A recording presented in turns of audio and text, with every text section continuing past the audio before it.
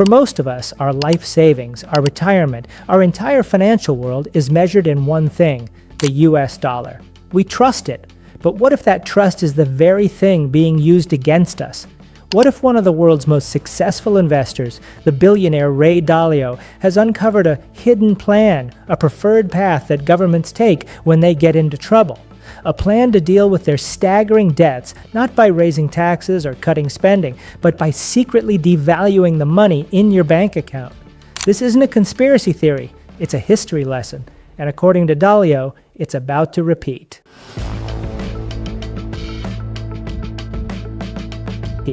So in this video, we're going to follow Dalio's warning. First, we will break down the urgent problem he sees in the US economy that makes this hidden plan almost inevitable. Second, we will reveal the exact mechanics of how this plan works and why most people won't even see their wealth disappearing. And most importantly, we will explain why this is Dalio's giant red flag, a signal that has him looking for safety in unexpected places, from hard assets like gold to the shores of rising nations like Indonesia. Okay, so let's start with the core problem that keeps a billionaire investor up at night. The United States is facing a mathematical crisis. Projections show enormous government deficits for as far as the eye can see.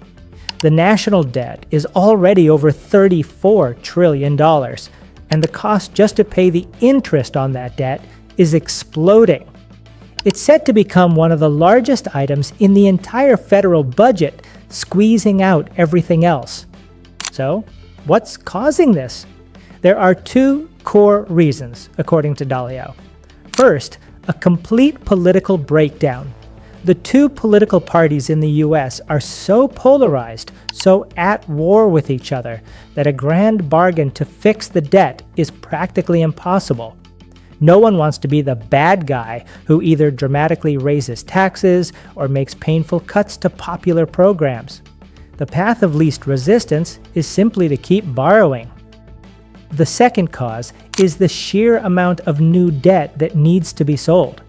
The US Treasury has to issue trillions of dollars in new bonds to cover this spending. But Dalio asks a critical question: who is going to buy all of it? With major foreign buyers like China slowing down their purchases, there is a very real risk that there won't be enough demand for the massive supply of US debt. This supply and demand imbalance is the trigger for the government's hidden plan. So, when you put these two forces together, a political system that can't stop spending, and a world that is becoming less willing to fund that spending, you corner the policymakers. They can't default. They won't make the hard choices. So they are forced to turn to the playbook of history. And this is where we find the giant red alert.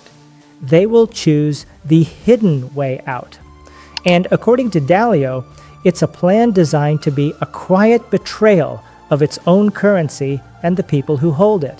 Now at this point, you're probably asking, what is this hidden plan? In a recent paper, Dalio laid out the most important principle to understand. When countries have too much debt, lowering interest rates and devaluing the currency that the debt is denominated in is the preferred path government policymakers are likely. Let's break that down. The danger is twofold. First, the financial illusion. The government and the central bank will work together to keep interest rates low, well below the real rate of inflation. At the same time, they will print more money to buy their own debt. This makes the currency weaker. Your dollar buys less. But the trick, the reason it's hidden, is that most people don't notice. Why? Because we measure our wealth in dollars. So your 401k might go up, your house price might go up in dollar terms, giving you the illusion that you're getting richer. But in reality, the value of the dollar itself is falling. Your real buying power, especially for foreign goods or hard assets, is shrinking. It's a tax you can't see. Second, the geopolitical fallout. This hidden tax is devastating for anyone who holds US debt, especially foreign countries. As Dalio says, it's a way to pay off debt that is more painful to foreigners. When the dollar devalues by 20%, foreign investors in U.S. bonds simply lose 20% of their money. This forces them to question their reliance on the dollar, accelerating the global trend of de-dollarization. It pushes them to look for alternatives, and that leads them to hard assets like gold, which Dalio notes central banks are buying in record amounts. And it leads them to invest in rising countries with stronger financial outlooks, countries like Indonesia, where Dalio himself is now advising their sovereign wealth fund. His actions are the ultimate red flag. He is diversifying away from the very risk he is warning about. As a final thing, the most obvious way out of this debt trap would be the hard money approach. This means higher real interest rates to attract buyers for the debt and real fiscal discipline from politicians, meaning higher taxes and/or spending cuts that citizens would feel immediately. But they have been completely unwilling to do this. And at this point, it looks like the priority is to keep the system stimulated in the short term, to keep asset prices high and avoid the immediate political pain. Dalio's entire career has been built on understanding these long-term cycles, and he is telling us that policymakers will always choose the easy path today, even if it leads to worse problems tomorrow. This choice is the final clue in our story, and it's the biggest red flag of all. They are choosing the hidden path of currency devaluation over the hard path of fiscal responsibility.